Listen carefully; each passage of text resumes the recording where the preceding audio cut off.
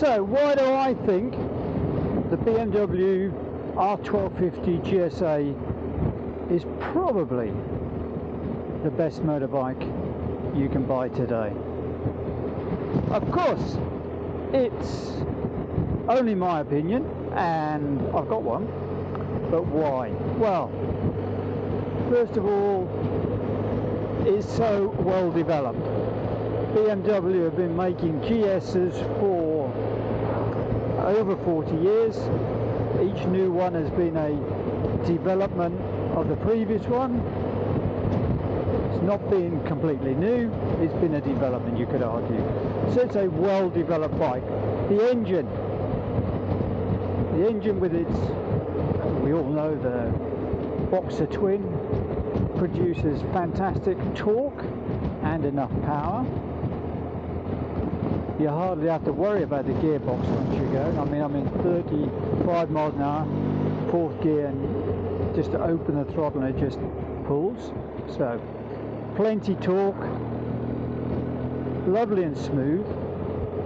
The suspension, the famous telelever suspension and the ESA suspension, I can set it to an automatic setting, and it doesn't matter how much luggage I chuck on the back. If my wife Caroline jumps on for pillion, the suspension sorts everything out so that it still rides the same. The telelever suspension at the front means it doesn't dive into corners. It maintains a very flat ride, as we all know, and it also soaks up bumps like no other bike I know. And believe you me, I ride a lot of bikes. In the last year I've ridden about 60 odd different bikes. So the suspension's great. I love the engine, it's comfortable. There are a huge variety of OEM seat options for you. So you can have taller ones, lower ones, standard ones, heated ones, different colour ones, rally seats. The list is endless.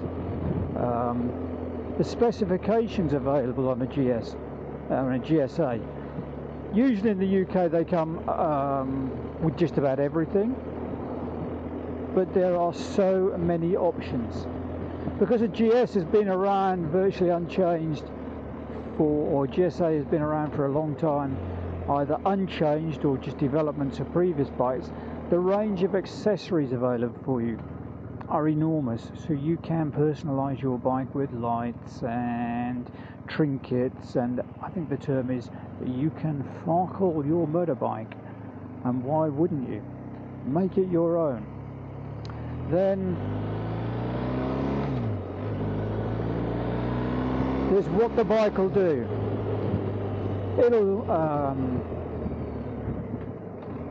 do motorways with aplomb. It will do roads like this, no trouble. Many would say this is kind of its natural habitat. And it'll even do some off-road, and depending on how radical you want to do, the GS will virtually do what you want it to do. It'll carry 2 up with nary a worry, and 2 up with luggage the same. I load up Caroline and we put our luggage on and we're off. I don't notice any difference to the bike at all.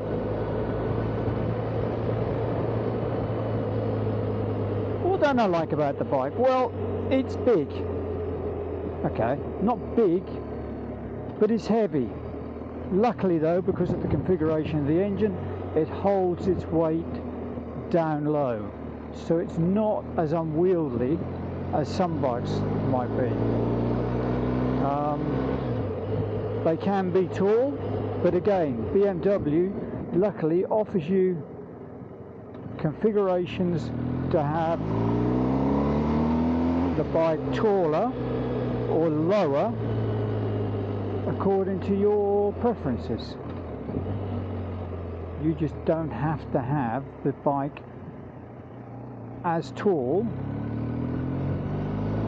as the standard. They offer a very well sorted lower chassis, which is what I ride. And then when I'm on it with the SA, I can have low suspension, which is even lower. I could have the low seat, so low suspension, low seat.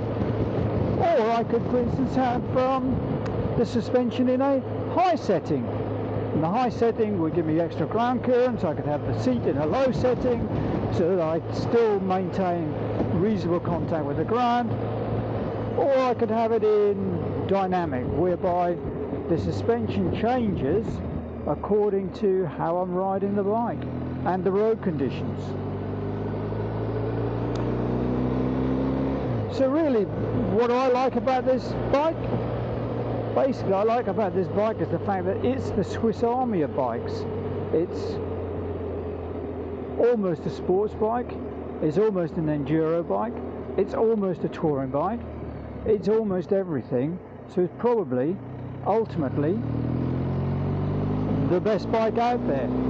Not the best at any one thing, but the best bike when you take all of a biker's needs into account.